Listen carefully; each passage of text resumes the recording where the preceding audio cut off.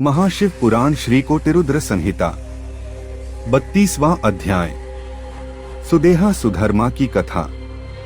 सूत जी बोले, हे महर्षियों, दक्षिण दिशा में देव नामक एक विशाल अद्भुत पर्वत है।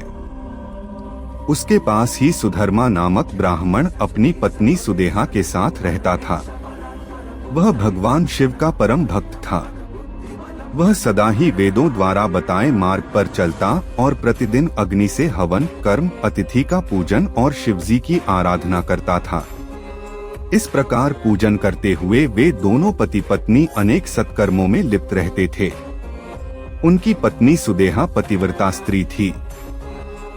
उनकी पत्नी को एक बात का दुख था कि उनकी कोई संतान नहीं थी। इस कारण उनका मन परेशान रहता था। जब भी सुदेहा अपने पति से इस विषय में कहती तो वह उन्हें समझाते कि पुत्र प्राप्ति से क्या लाभ है। आजकल सभी रिश्ते नाते स्वार्थी हो गए हैं, परंतु फिर भी वे सदा दुखी रहती थीं। एक दिन की बात है, सुदेहा अपनी सखियों के साथ पानी भरने गई थी। वहीं पर उनका परस्पर झगड़ा हो गया और तब उनकी सहेलियों ने उसे बांझ कहकर अपमानित करना शुरू कर दिया। वे बोली, तू बांझ होकर इतना घमंड क्यों करती है? तेरा सारा धन तो राजा के पास ही चला जाएगा, क्योंकि तेरा कोई पुत्र तो है नहीं। दुखी मन से सुदेहा घर लौट आई। उसने सारी बातें अपने पति को बताईं। उन्होंने अपनी पत्नी को बहुत समझाया, परंतु वह कुछ भी मानने को तैयार नहीं थी। तब उन ब्राह्मण देवता ने मन में भगवान शिव का ध्यान करते हुए 2 फूल अग्नि की तरफ उछाले और सुदेहा से एक फूल चुनने के लिए कहा। उनकी पत्नी ने गलत फूल चुन लिया।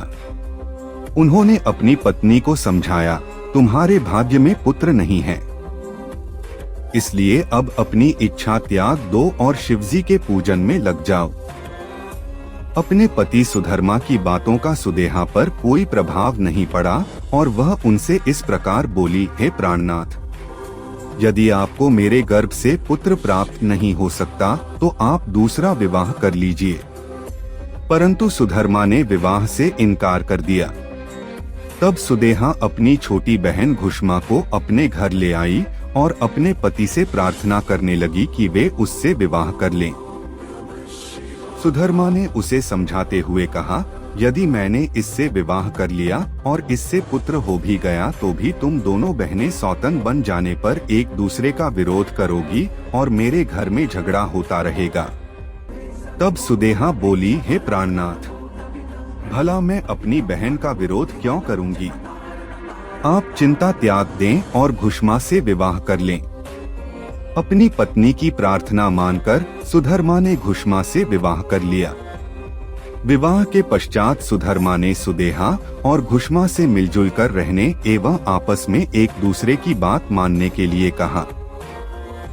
फिर घुष्मा अपने पति सुधर्मा के साथ प्रतिदिन 101 शिव पार्थिव लिंगों का षोडशोपचार से पूजन करके तालाब में उनका विसर्जन कर देती। इस प्रकार जब उसने 1,00,000 पार्थिव लिंगों का पूजन पूर्ण कर लिया तो शिवजी की कृपा से उसे परम सुंदर गुणवान पुत्र की प्राप्ति हुई। पुत्र पाकर घुष्मा और सुधर्मा बहुत प्रसन्न हुए, परंतु सुदेहा को अपनी बहन से जलन होने लगी।